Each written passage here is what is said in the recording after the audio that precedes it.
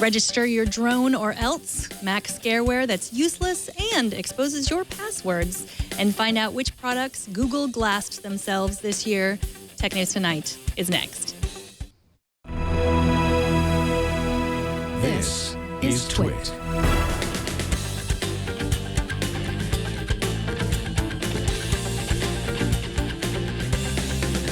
This is Tech News Tonight, episode 486 for Monday, December 14th, 2015. This episode is brought to you by bowlandbranch.com, the most comfortable sheets on the planet. If you order right now, they'll give you 20% off your entire order, plus free shipping. Just go to bowlandbranch.com and use the offer code TN2. Welcome, I am Megan Maroney. Let's get to the tech news. Sources at the Wall Street Journal say that Samsung's Galaxy S7 will include a pressure-sensitive screen that might function like Apple's 3D Touch does in the iPhone 6s. Additional rumors about the phone include many features we've heard about before but have never materialized, including a retina scanner. The Journal says that the phone will officially be released in March, along with a Galaxy S7 Edge that includes a curved screen. And we have told you before about the drone registry, and today it is officially a reality. According to the Federal Aviation Administration, if you own a drone in the United States, you must register it with the FAA's Unmanned Aircraft System UAS registry. The federal law goes into effect 1 week from today on December 21st, 2015, which makes anyone 13 years and older subject to civil and criminal penalties if he or she does not register his or her drone by February 19th, 2016. Software maker MacKeeper is in the business of convincing Mac users that they need antivirus protection, but today those Mac users could have used some protection from MacKeeper. Krebs on Security says the purveyor of software that is probably scareware has admitted to a breach that exposed the usernames, passwords, and other information on more than 13 million customers.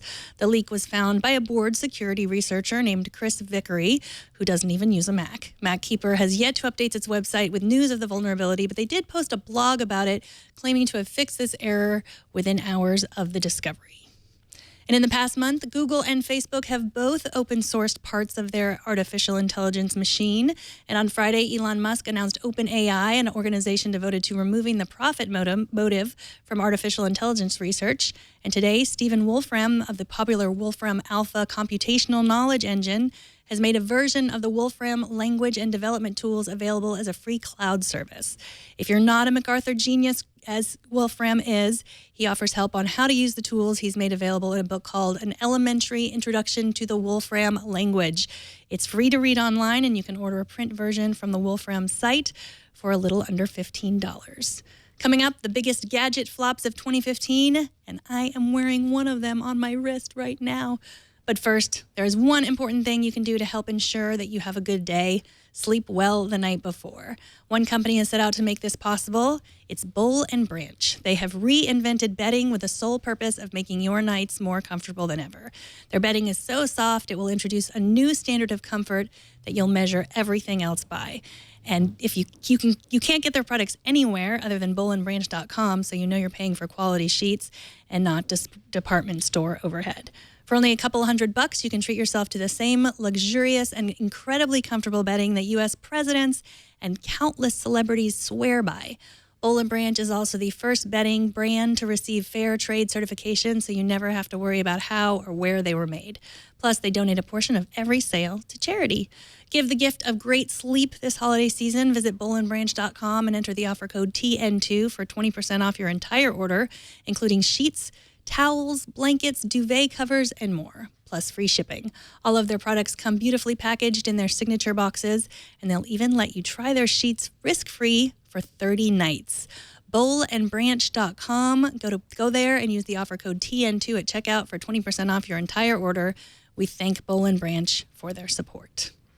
It's that time of year again where best of lists abound. But let's be honest, it is so much more interesting to talk about the biggest fails of the year, because sometimes it's just fun to complain. Joining us to reveal her favorite product flops of the year is Lauren Goode, senior editor at The Verge. Welcome, Lauren. Hey, Megan. Thanks for having me. So first, let's talk about the Apple Watch. This is blasphemous. I love my Apple Watch. Do you think it is a failure? You think it's one of the biggest failures of the year? I don't think I would call it a fail per se, but I think that what some people are finding with their Apple Watches is that they're suffering from the same constraints that you would with a lot of other wearables. I think battery life is a real issue. It's still something that you have to charge basically every day to get value out of it. I think we haven't really seen that killer app yet. Maybe with the exception of Apple Pay, that really makes this, you feel the need to wear all of the time. Personally, I'm really disappointed this one doesn't have GPS because I like using it for fitness purposes, but I don't like that I have to carry my phone with me in order to get an accurate reading on GPS. Some other apps have tried to sort of utilize GPS in a creative way on the phone and send data to the watch, and it doesn't often work all that well. So I think that what we've seen here is not necessarily a fail, but it's a very version 1.0 of this product. So I totally agree with you. Apple Pay is the killer app. I do use the Apple Watch to exercise. It's not as accurate. I know it doesn't have GPS, but they say if you run enough, it does measure something. It measures me against myself, I guess. So do you think this is just, and I think it does those two things well. So when you say it's a failure, do you think it's just it was trying to do too much? I just think that it wasn't the new platform for an app experience or any kind of wearable technology experience that maybe we had built it up to be. I think there was a lot of hype and excitement around the Apple Watch specifically because it was an Apple product. And we had seen, wearables come out from other companies. We've seen other wearables come out from other companies now for years. And so I think when it was announced that Apple was doing theirs, there was like high hopes that this is what was going to propel wearables forward finally. And that may still happen. I just don't think it was this year. So we're not talking about a Google Glass-sized failure. Like I shouldn't stop wearing it right now because I'm embarrassing myself or anything like that. No, we're not talking about let's move all these people and their desks to the basement and take away their staplers and say like, oh, you guys just keep, puttering away on that thing. I mean, I think it's something that I think we still want to see new versions of and that Apple is still investing in. And I think there's a lot of potential there. I just don't think 2015 was like the year for Apple Watch that everyone thought it could possibly be. So I see that you are wearing a watch. Is that a smartwatch or a not? It's a Pebble. Yeah. Is it the Pebble Steel? It's the Pebble Time Round. Oh, and how do you like that? I like it. It looks a little bit more like a watch, just a regular watch, maybe than something like Sony Smartwatch 3 or Samsung Gear or Apple Watch. And it has really great battery life. It's lasted me about 5 days. The graphics on it aren't very great. They're really primitive. And there are other things about it that I think are sort of basic in some ways. But I think it's pretty cool. I wear lots of different ones, honestly. Every week I feel like I'm wearing a different one. So this doesn't mean, I really can't pledge allegiance to any one particular wearable over another at this point. So let's move on to the BlackBerry Priv. A lot of people have called it Priv. Poor Priv. People have said like, oh, it's the best BlackBerry to come out in years, but I mean, I don't even know what that means. So, how do you think that the BlackBerry Priv failed? Well, I didn't review the BlackBerry Priv. My colleague Dieter Bohn wrote a really great review on The Verge that I'd highly recommend you checking out if you were considering buying the Priv. And he pointed out that, it's great that BlackBerry has finally admitted that it needed help in the OS department and decided to go with Android. So now you at least have this ecosystem of apps available to you. And that having the tactile slide-out keyboard again is kind of nice, maybe partly for nostalgic reasons. But he just had a really buggy experience with his Priv. And I think, when you think about the way it was priced, I mean, it's really priced like a premium phone. You kind of expect something a little bit more at this point, and it really just felt like BlackBerry was maybe just catching up with what it was doing with the Priv. Did you have the chance to use this one at all? I'm really curious to hear your thoughts on it. I did not use it, no. And I also think the name is funny. Like every time I hear it, I think of like privy. It just seems like not like privy to something, but like the privy. I just feel like there's someone in that, naming boardroom should have said, maybe we can come up with something else that says privacy, then something that also is another word for the bathroom. Yeah. No, I saw someone on Twitter, it might have even been my colleague, Casey Newton, I'm not 100% sure, that said it sounded like perv. Yeah, But, there's that too. which is never great for marketing. But I mean, another thing that BlackBerry has really been pushing is its DTEC software system, which is supposed to provide additional layers of security for these types of devices. From what I saw briefly, I mean, some of the sort of privacy scans that occur on the Priv, it'll go through the applications that you've downloaded, and it will say, this particular app has been asking for access to your location or certain permissions that would not really be the kind of things this app would normally use or need. And so we're going to alert you to that fact so that if there's some sort of anomaly happening with this particular application, you can go in and delete it. But I mean, I think I've seen that before done in other ways. And so I don't know, I'm just not quite sure. For BlackBerry, and considering the kind of encryption and the level of privacy that BlackBerry has been known to offer, you think that maybe they would be pushing a little bit more of that than just what was offered with the Priv. Do you think it's also the case that I think sometimes people say they want privacy, but I know Microsoft struggles with this a lot, that people don't want to take the time to have to say, yes, I want to give that permission. No, I don't want to give that permission. Do you think that it suffered from any of that what people say they want in privacy is really not, they really want the trade-off for just making something easy? I don't know if that was the case necessarily with the BlackBerry Priv, but I will say in general that generally consumers will fall into two kind of distinct camps when it comes to privacy and software applications. You either find the very privacy concerned group who are very averse to the idea of giving up data or downloading certain apps because they might be malicious or because they might be giving up more data than they would ever want. And then I think you have a group of consumers who have just accepted at this point that there's so much free software out in the world and so many free services that we use on a regular basis. And in exchange, we are giving up our data and possibly risking our privacy for that. That's just what we do. I can't really say for sure whether or not that was anything that, I don't think that DTEC was a detractor for people who are considering the Priv, let's put it that way.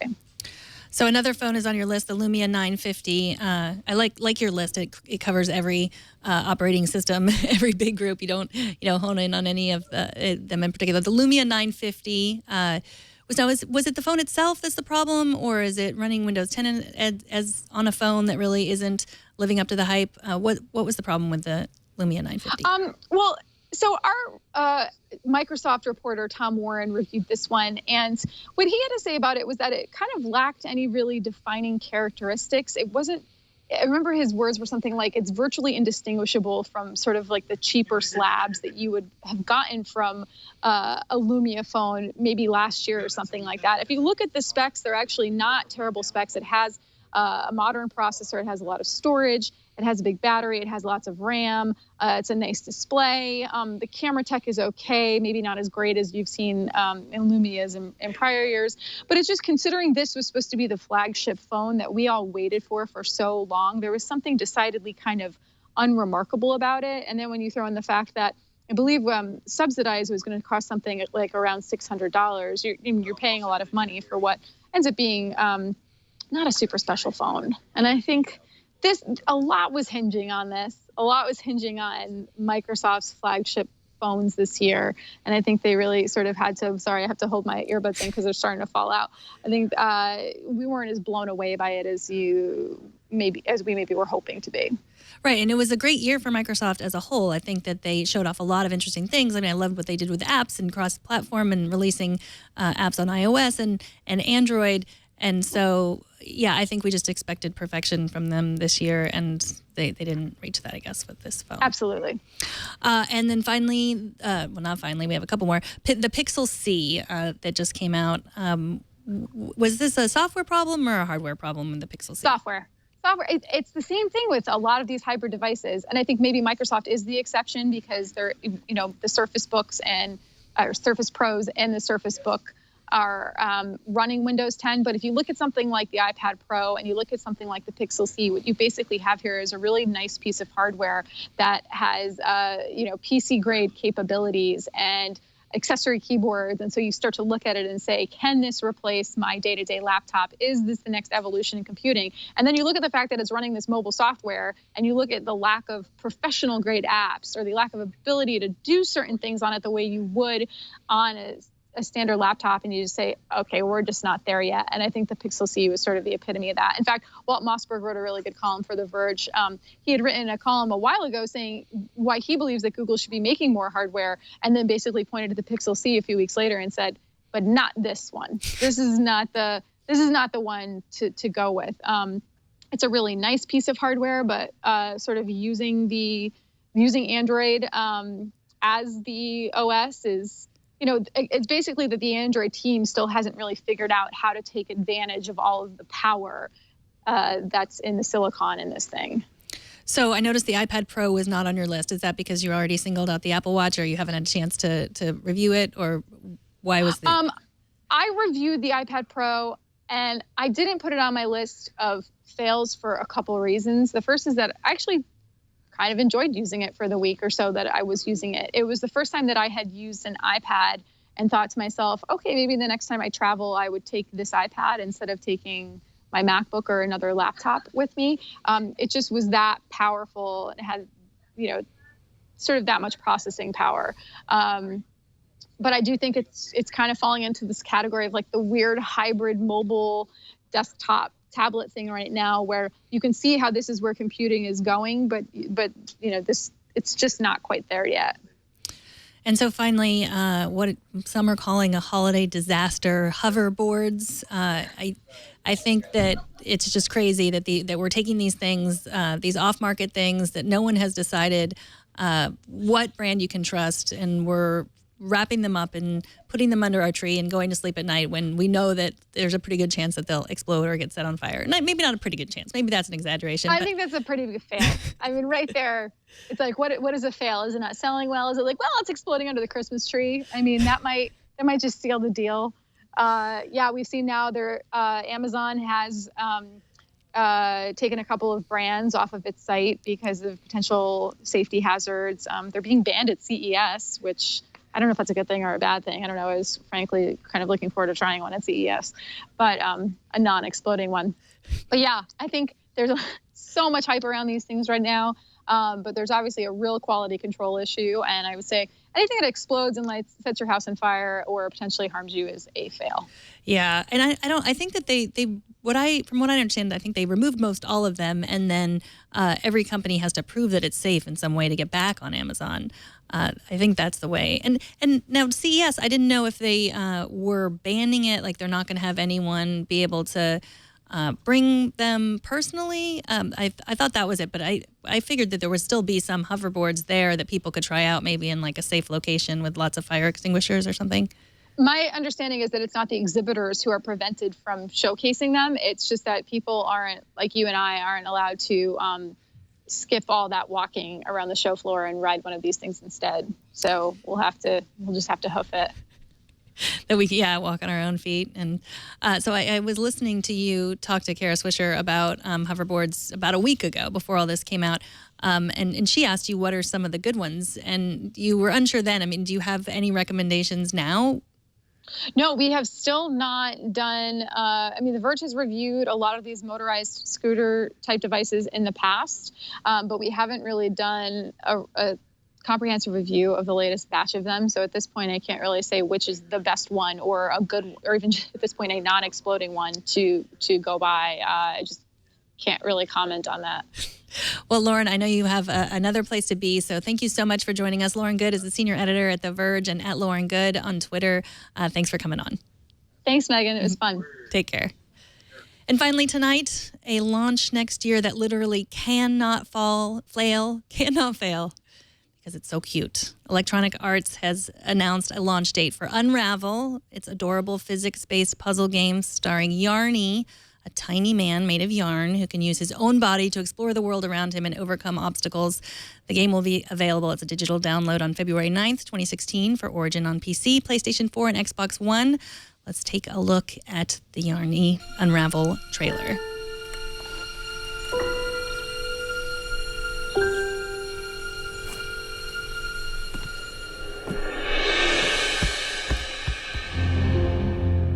ball of yarn that becomes a small man or cat.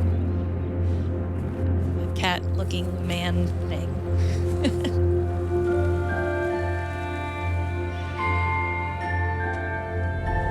We will link to the whole trailer so you can watch it at your leisure. And if you finish it and you still have some time to spend, I highly recommend the Yarny Yule log, which consists of 50 minutes on YouTube of this little yarn man cat sitting by a fire. Don't look away because he will move.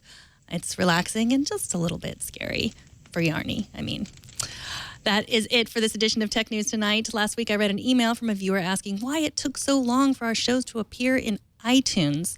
Our engineers said that this should not happen if you subscribe to the show. If you wait for the show to appear in the iTunes store or on one of the older Apple TVs, Apple only checks the feeds once every 24 to 30 hours. So if it misses an update, it won't look again for another day. So definitely subscribe. To find all the ways to subscribe, go to twit.tv/TN2. Write to us at TN2@twit.tv and watch live every weekday at 4 p.m. Pacific. And don't miss our morning news program, Tech News Today, every weekday at 10 a.m. Pacific, 1 p.m. Eastern. I'm Megan Maroney. Thanks for watching. Bandwidth for Tech News Tonight is brought to you by CashFly.com.